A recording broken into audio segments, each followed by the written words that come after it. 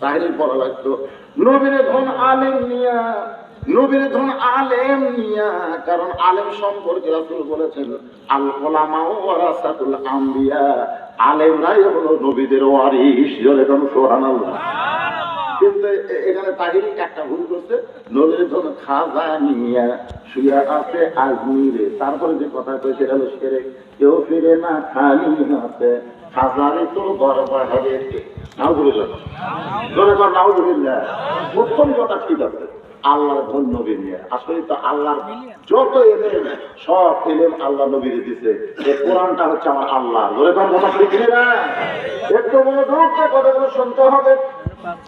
হযরত আলী আল্লাহর কাছে চমকে উঠছে, আমি আল্লাহর কাছে নবী কেমনে জানলো? নবী ফাতেমারে কেন বলছে? কারণ নবী খালি একজন নবী না, নবী হলেন একজন বাবা। সুবহানাল্লাহ।